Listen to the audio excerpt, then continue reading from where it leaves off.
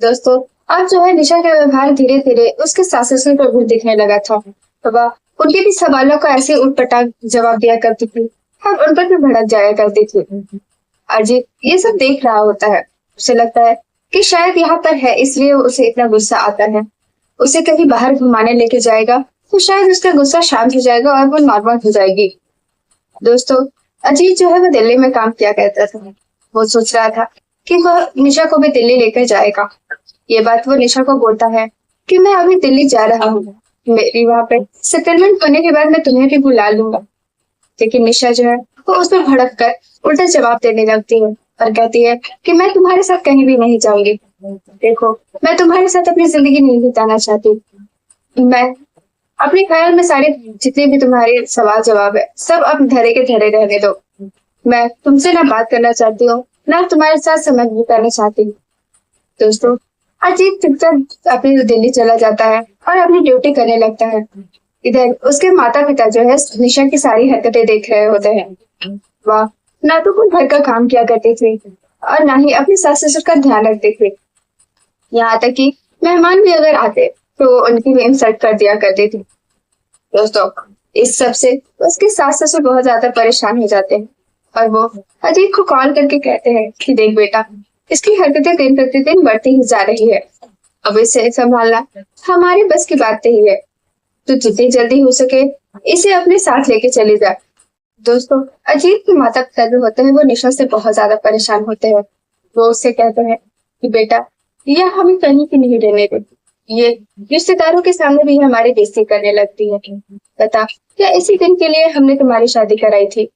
तू हमारा इकलौता बेटा है और हमारी बहू जो है वो हमारी बिल्कुल भी इज्जत नहीं करती। हमारी किस्मत इतनी खराब है कि हम कुछ कर ही नहीं सकते। तो जितनी जल्दी हो सके इसे वापस लेके चले जा। दोस्तों, उसके बाद अजीत जो है वो दिल्ली में जल्दी जल्दी जुगाड़ करता है और वहां पे निशा को बुला लेता है। लेकिन निशा का व्यवहार जो था वो वैसा ही रहता है जैसा गांव में था। उसका व्यवहार में कोई भी चेंजेस नहीं आते। दोस्तों, निशा जो थी वो वैसे ही गांव में जैसे रहती थी वैसे ही रहने लगती है। ना कोई काम करती ना कुछ, बस फोन चलाती रहती और बेडरूम में पड़ी रहती। एक दिन की बात है, अजीत को जल्दी ड्यूटी जाना था। वो निशा से बोलता है कि निशा, तुम मेरे लिए जल्दी से नाश्ता बना दो और मेरा टिफिन पैक कर दो। अगर मैं जल्दी ड्यूटी पे जाऊंगा तो मेरे सर जो है वो खुश हो जाएंगे। मैं नहीं चाहता कि मेरी ड्यूटी पे लेट हो। लेकिन दोस्तों, निशा जो है उसे उल्टा जवाब देते हुए बोलती है कि मैं तुम्हारा नाश्ता वगैरह कुछ नहीं बनाऊंगी। तुम मुझसे उम्मीदें लगाना छोड़ दो। तुम्हें अगर खाना है तो खाओ और नहीं खाना है तो मत जाओ। मुझसे कुछ उम्मीद मत रखो। लेकिन दोस्तों, अजीत जो था वो बिल्कुल भी उसकी बातों से गुस्सा नहीं होता है। वो किचन में जाता है, अपने लिए नाश्ता बनाता है, लंच वगैरह पैक करता है और दोस्तों वो निशा के लिए भी नाश्ता बना करके टेबल पे रख देता है और एक नोट लिखता है और उसके तकिए के पीछे रख के चला जाता है। दोस्तों, अजीत ड्यूटी जाने के बाद जब उसका हाफ टाइम होता है तब वो ब्रेक में रहता है। उस ब्रेक में वो निशा को कॉल करता है। निशा फोन उठाती है और पूछती है कि बोलो क्या हुआ। तब अजीत उससे कहता है कि उठ गई क्या निशा? वो बोलती है कि हाँ, मैं उठ गई। उसके बाद दोस्तों, अजीत उससे बोलता है कि तुम्हारे तकिए के नीचे एक चीट रखी हुई है, जाकर उसे पढ़ लो। निशा जाती है और तकिए के नीचे से वो नोट निकालती है और पढ़ने लगती है। उसमें लिखा होता है कि निशा, मैं तुमसे बहुत प्यार करता हूँ। तुम्हारी ऐसी हरकतों की वजह से भी मैं तुमसे प्यार करना छोड़ नहीं पा रहा हूँ। मैं तुमसे इतना प्यार करता हूँ जितना दुनिया में कोई किसी से नहीं करता होगा। देखो, मैं शाम को घर वापस जल्दी आ जाऊंगा, लेकिन अगर तुम्हें बाहर जाना है, घूमना फिरना है, तो अलमारी में कुछ पैसे रखे हुए हैं, मुझसे निकाल लो और शॉपिंग वगैरह कर लो। इससे तुम्हारा मन भी बहल जाएगा। दोस्तों, ये सब सुनने के बाद भी निशा का दिल जो है वो नहीं पिघलता। उसकी अकड़ वैसी की वैसी ही रहती है जैसे पहले थी। दोस्तों, उसे एक अच्छा जीवन साथी मिला था, उसे एक प्यार करने वाला पति मिला था। फिर भी निशा उसकी कदर नहीं किया करती थी। अजीत उसके लिए हर वो कोशिश करता था जिससे वो खुश हो जाए। उसकी हर एक मांग को पूरी करता था। फिर भी पता नहीं निशा के दिमाग में क्या चल रहा होता है। वो उसकी जरा से भी इज्जत नहीं करती, उसको भाव तक नहीं देती थी। दोस्तों, वो अलमारी से पैसे निकालती है और शॉपिंग करने के लिए मार्केट चली जाती है। वह एक शॉप में घुसती है। वहां पे निशा की एक बचपन की फ्रेंड रहती है जिसका नाम दीपा होता है। दोस्तों, दीपा की भी शादी हो गई होती है। उसका जो पति होता है वो एक बिजनेसमैन होता है, बहुत ही पैसे वाला होता है। जब निशा उसे देखती है तो वह उससे छुपने लगती है। वह सोचती है अगर वो उसकी हालत देखेगी तो वो उस पर हंसेगी और मजाक उड़ाएगी। दोस्तों, वह दीपा से छुपती है, लेकिन आज इत्तेफाक से दीपा की नजर निशा पर चली जाती है और वह निशा को देख लेती है। दोस्तों, जब दीपा की नजर निशा पर पड़ती है तो वो दौड़कर उससे गले मिलती है। उसके बाद दीपा का पति भी जो है वो पीछे पीछे उसके आता है। वो भी निशा से मिलता है। दीपा बताती है कि देखो, ये मेरी दोस्त है बचपन की, ये मेरी बेस्ट फ्रेंड है। और निशा को बताती है कि ये मेरे पति है। दोस्तों, निशा जो है वो दीपा और उसके पति की ठाट बाट देखने में व्यस्त थी। वह दीपा उससे पूछती है कि तुम यहाँ दिल्ली में कैसे। तब निशा उससे बताती है कि मेरे अपनी शादी हो चुकी है, शादी को 6 महीने हो गए हैं और मेरा पति यहीं दिल्ली में ही जॉब करता है, इसलिए मैं उसके साथ रहती हूँ। उसके बाद दोस्तों, दीपा का जो पति होता है वो भी निशा को हाय हेलो करता है। तीनों के बीच थोड़ी बहुत बातें होती है। उसके बाद दीपा का पति दीपा को एक शॉप में ले जाता है। वहां पर लाखों का सेट उसे गिफ्ट करता है। निशा जब ये सब देखती है तो वो बौखला सी जाती है। वो घर जाती है और उसके बाद दोस्तों, वो इतनी भड़की हुई थी कि बताया नहीं जा सकता। वो सोचने लगती है कि एक दीपा का पति है जो कि बिजनेसमैन है और एक मेरा पति है जो कि एक नॉर्मल सी कंपनी में काम करता है। उसे लाखों लाखों के गिफ्ट मिलते हैं और मुझे मेरा पति एक साड़ी तक नया नहीं दे सकता। दोस्तों, वो अपने पति और दीपा के पति के बीच कंपेयर करने लगती है और सोचती है कहाँ वो लोग और कहाँ मैं। मेरी किस्मत ही इतनी खराब है। वो अपनी किस्मत को धिक्कारते हुए बहुत रो रही थी। वो सोच रही थी कि कहाँ मैं फंस गई। दोस्तों, शाम हो जाती है और अजीत घर वापस आता है, लेकिन निशा इधर अपने कमरे में रो ही रही होती है। जब अजीत आता है और निशा को रोते दिखता है तो उसके पास जाता है और प्यार से उससे पूछता है कि क्या हुआ निशा, या तुम्हारी तबीयत खराब है। दोस्तों, उसके बाद जो है वो निशा उसको इतना कोसने बोलने लगती है कि बताया नहीं जा सकता। वाह, उसकी पैसों की कमजोरी उसको सब कुछ बोलने लगती है। उसके बाद वो उससे बोलती है कि मुझे अब तुम्हारे साथ नहीं रहना है, मुझे तुमसे डिवोर्स चाहिए। दोस्तों, यह सब सुनकर अजीत को बहुत बड़ा धक्का लगता है। वो किचन में जाता है और वहां जाकर रोता है, रोकर अपना मन हल्का करता है।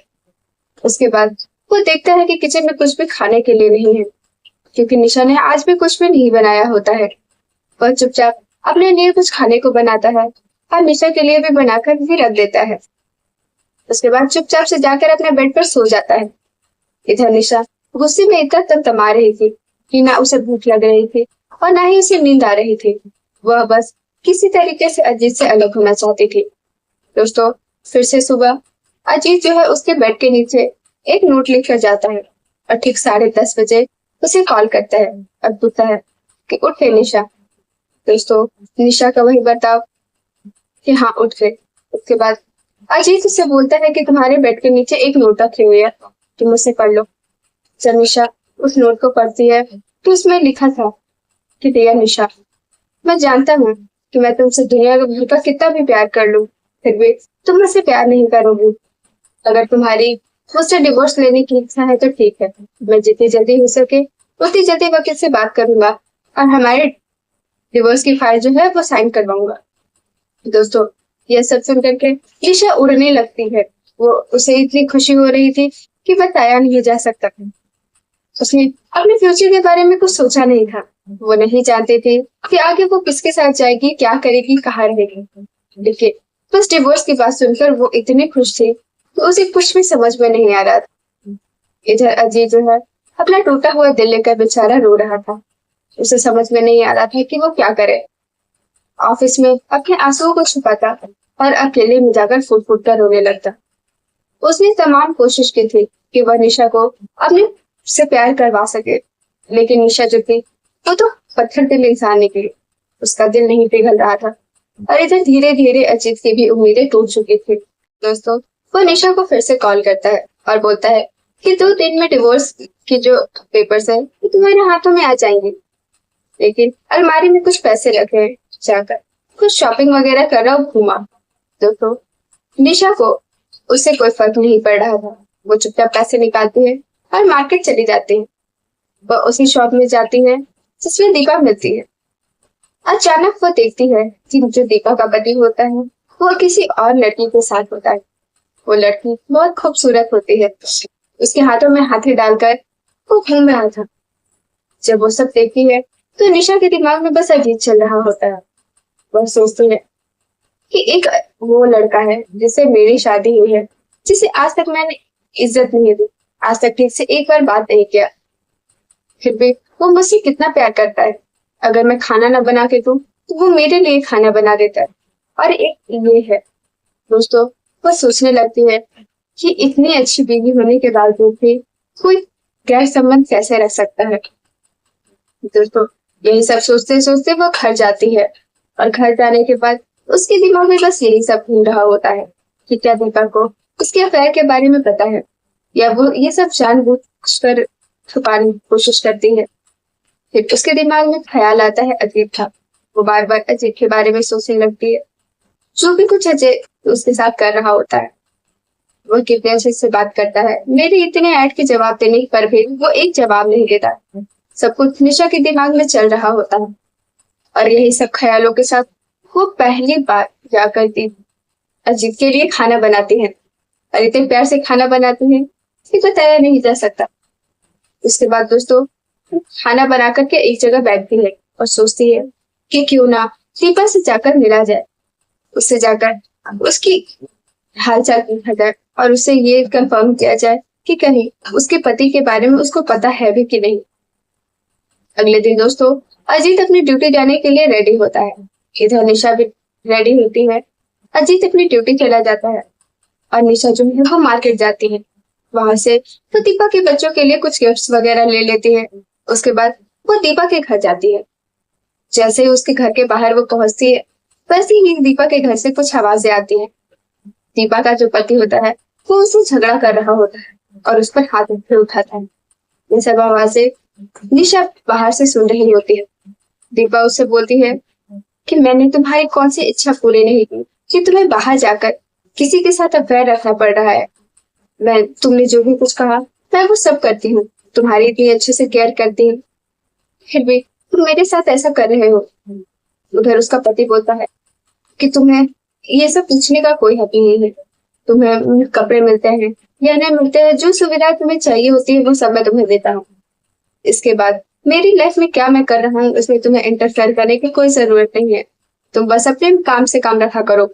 मैं क्या कर रहा हूँ क्या नहीं उसमें तुम्हें दखल अंदाजी नहीं करनी है और ना ही मैं चाहता हूँ कि तुम मुझे कुछ बोलो और रोको टोको। तो निशा ये सब सुनती है तो उसके पैरों तले से जमीन खिसक जाती है। वो बार बार अजीत के बारे में सोचने लगती है। वो कहती है कि भले ही मेरा पति कम कमाता हो लेकिन मुझे प्यार बहुत ज्यादा करता है।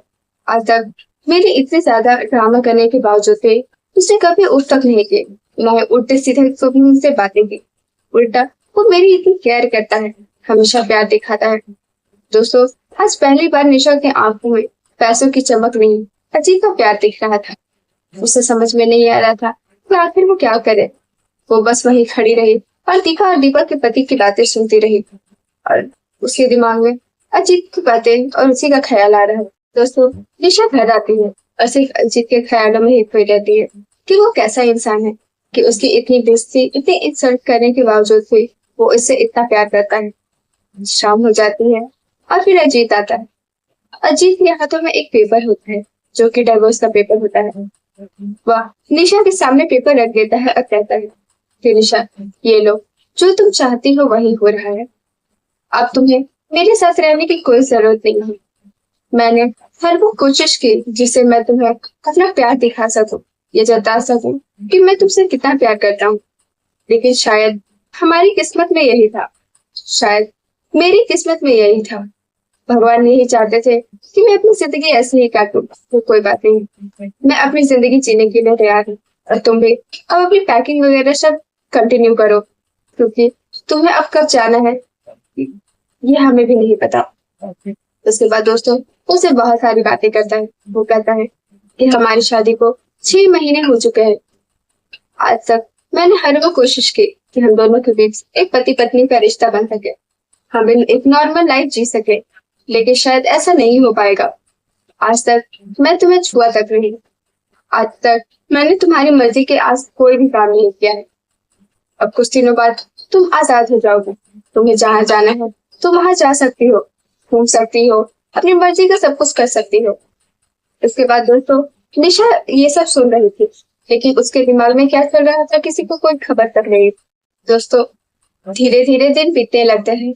निशा वो सब कर रही थी जो अजीत चाहता था कि उसकी पत्नी उसके लिए करे, लेकिन वो कुछ बोल नहीं पा रही थी। वो कितनी बार हिम्मत जुटाती कि शायद अब अजीत को बोल दो कि मेरा दिल बदल गया है, अब मैं वो नहीं चाहती जो मैं पहले चाहती थी, लेकिन वो हिम्मत नहीं कर पाती और बोल नहीं पाती। धीरे धीरे दोस्तों, वो दिन आता है जब निशा को वो घर छोड़कर जाना पड़ता है। वो बैग वगैरह सब पैक कर लेती है। अब अजीत जो है उसका बैग उठाकर उसे छोड़ने जाता है। जैसे ही वो बैग लेकर बाहर जाने वाला होता है, वैसे ही निशा उसका हाथ पकड़ लेती है और उसके गले से लग के रोने लगती है। वो उसे चूमने लगती है और उसके सीने से लिपट जाती है। दोस्तों, अजय को सोचता है कि आखिर निशा को अचानक क्या हुआ। तब निशा रोते रोते कहती है कि मुझे तुमसे अलग नहीं होना है। मेरे दिमाग में बस एक ही बात चलती थी कि मेरा जो पति है वो बहुत सारे पैसे कमाता हो, उसके पास बहुत सारे पैसे हो, गाड़ी बंगला कार हो, जो मुझे महंगे महंगे गिफ्ट ला कर दे। लेकिन अजीत, मेरी आंखों की पट्टी अब खुल चुकी है। अब मैं ऐसा बिल्कुल नहीं चाहती। तुम मेरे लिए बहुत कुछ हो, मैं तुमसे प्यार करने लगी हूँ, पर मैं नहीं चाहती कि अब हम दोनों अलग हो। अजीत आखिर जो चाहता था उसे वो मिल जाता है। उसने इस दिन के लिए कितने दिनों तक इंतजार किया था। दोस्तों, जब ये सब निशा कह रही होती है तो अजीत को बहुत खुशी मिलती है, तो उसे सीने से लगा करके खुश होने लगता है। उसके बाद दोनों डाइवोर्स पेपर को फाड़ देते हैं और उसके बाद दोस्तों दोनों खुशी खुशी रहने लगते हैं। कुछ महीनों बाद ही निशा प्रेग्नेंट हो जाती है। दोनों का एक बच्चा भी होता है जो कि लड़का होता है। अब दोनों की जिंदगी में खुशियां आ गई थी। निशा अब कभी भी उससे ये एक्सपेक्ट नहीं करती थी कि वो उसे महंगे गिफ्ट ला कर दे। अजीत भी पूरी जी जान लगाकर कोशिश करता कि वो अपने परिवार को खुश रखे और निशा भी अब संतुष्ट हो चुकी थी। अब उसे अजीत कितना कमाता है और वो कैसे रहता है इसे कोई भी फर्क नहीं पड़ता था। दोनों खुशी खुशी अपने बच्चे की केयर करने लगते हैं, उसके फ्यूचर के लिए सब कुछ इंतजाम करने लगते हैं। दोनों को देखकर ऐसा बिल्कुल भी नहीं लग रहा था कि वही निशा और अजीत हैं जिनका कुछ महीने पहले डिवोर्स होने वाला था। दोस्तों, जब ये सब बात उनके परिवार वालों को पता चलती है तो वो सभी बहुत खुश हो जाते हैं। अब निशा अपने सास ससुर की भी सेवा बहुत अच्छे से करती है। दोस्तों, वो लोग छुट्टियों में गांव आते और सारे परिवार के साथ मिलजुल कर रहते। तो दोस्तों, आज की कहानी यहीं पे समाप्त होती है। आप लोग कमेंट बॉक्स में जरूर बताएं कि आपको कहानी कैसी लगी।